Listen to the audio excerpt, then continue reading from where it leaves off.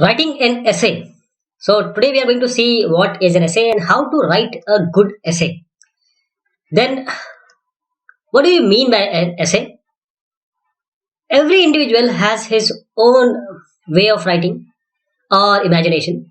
So essay can have many purposes, but the basic structure is the same no matter what. So there is a formation, there is a framework which you have to follow.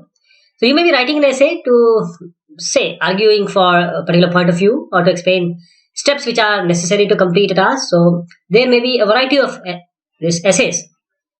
But again, let me reiterate that essay has the same basic format. If you follow some steps which I'm going to just share with you, you'll find that the essay almost writes itself. And you'll be responsible only for the ideas or the imaginations which you have, which are actually the basic ingredients of your essay.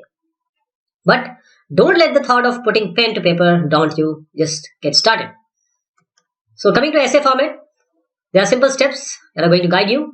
First of all, decide on your topic means if you have a topic or if your topic is being provided by your teacher, decide on your topic. Then first, prepare an outline or diagram of your ideas. Now, these are the way which you can adopt. First is outline or diagram in your mind, or rather, take a piece of paper and write only the salient or star points. Then you write your thesis statement. I'm going to tell you what is this thesis statement. Then come to the body, that is the main part. Write the main points and then write the sub points. These sub points should be related to or in coherence with the main points. Then you need to elaborate these sub points, giving example wherever required.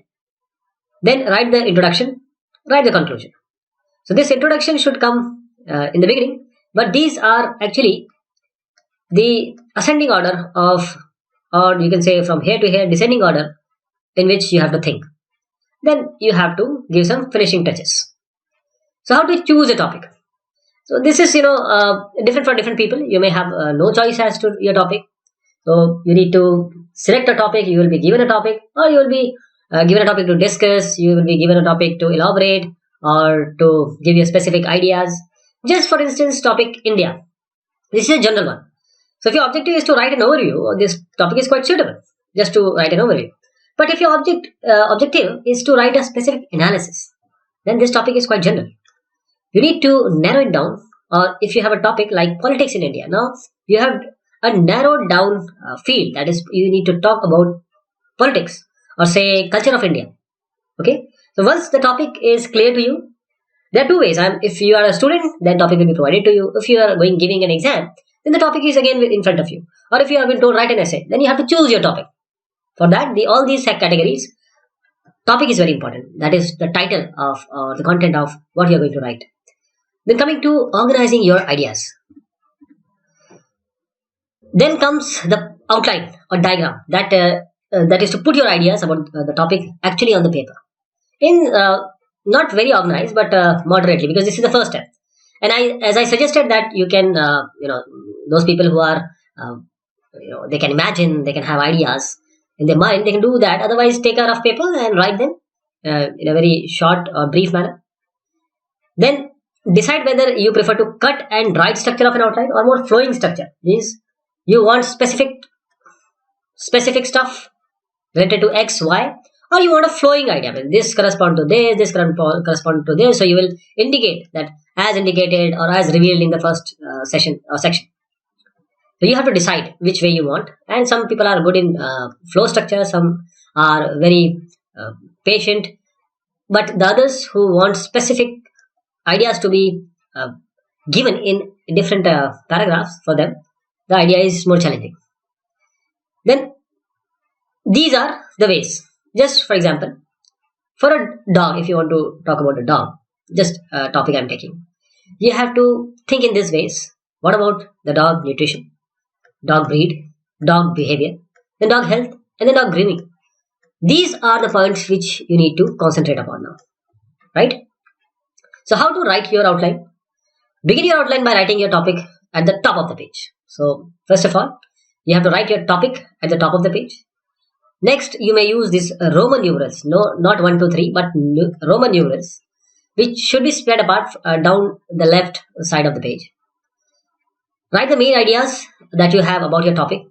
So if you are trying to persuade, if you are trying to explain, if you are trying to inform, these three versions may be there. In persuasion, you have to write the best arguments, and to explain the process, it should be stepwise. Right, you should have a beginning, middle, and end. And if you want to inform, then the major categories, you have to write the major categories into which this information you are providing can be divided. And for each Roman numeral, you can also use as subheading ABC capitals. And then to each letter, write the facts and information that supports the main idea. These are the main idea, you have to support the main idea. Once you are finished, you have the basic structure of your array, and now you are ready to continue. What is a thesis statement? Once you have decided, like not very much but tentatively, what information you plan to present in your essay, then you can write your thesis statement. This thesis statements actually informs the reader what the essay is about, what point you, that means you are the author, will be making, and you know what the essay will be about. So that was your topic. So you need to look at your outline or diagram and decide what point you'll be making. And what do these main ideas and then the supporting ideas that you are going to list say about the topic. Your thesis statement will have two parts. The first part states, say, India's topic, India's culture, building a model train set, say public transportation. Then the second part, it states the point of the essay, having a rich and varied history. Then building a model train set, for example, takes time and patience, and public transportation can solve some of our city's more persistent and pressing problems. Now you have formulated a thesis statement that fits this pattern and with which you are quite comfortable.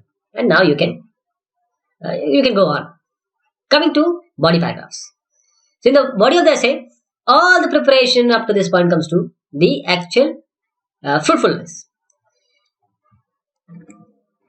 So the topic you have chosen must now be explained, described, and argued if related. So now each main idea that you have formulated, means outlined, this will become one of the body paragraphs. For example, if you have 3 or 4 main ideas, you will have 3 or 4 body paragraphs. And each body paragraph will have the same basic structure. How? Start just by writing down one of your main ideas in a sentence or paraphrase form. Then write down each of your supporting points for this main idea, and leave 4 or 5 lines in between each point. And in the space under each point, try writing down some elaboration for the point. And elaboration can be further description or explanation or discussion. So once you have fleshed out each of your these body paragraphs which we are discussing, one for each main points, you are ready to continue again. Okay. For example, if your main idea is say reducing freeway congestion, you might say like public transportation reduces freeway congestion. And to support this, you have to write commuters appreciate the cost savings of taking public transportation rather than driving. And then you have to elaborate. That is, less driving time means less maintenance expense, such as oil changes, of course. Less driving time means saving on gasoline as well. And in many cases, these saving amounts to more than cost of riding public transportation. Then introduction and conclusion. So your essay lacks only 2 paragraphs now, the introduction and the conclusion. And these paragraphs will give the reader a point of entry and exit point of your essay. So what about introduction? The introduction should be designed to attract, to catch his attention and give him or her an idea of the essay's focus. Just begin with an attention grabber. You should have a startling information, an anecdote, a dialogue, and the summary information. So what is startling information? This information must be true and verifiable, and it doesn't need to be totally new to your readers. You can make it up. And it could simply be a pertinent fact that explicitly illustrates the point you wish to make. And if you use a piece of startling information, follow it with a sentence or two for elaboration. Then the anecdote.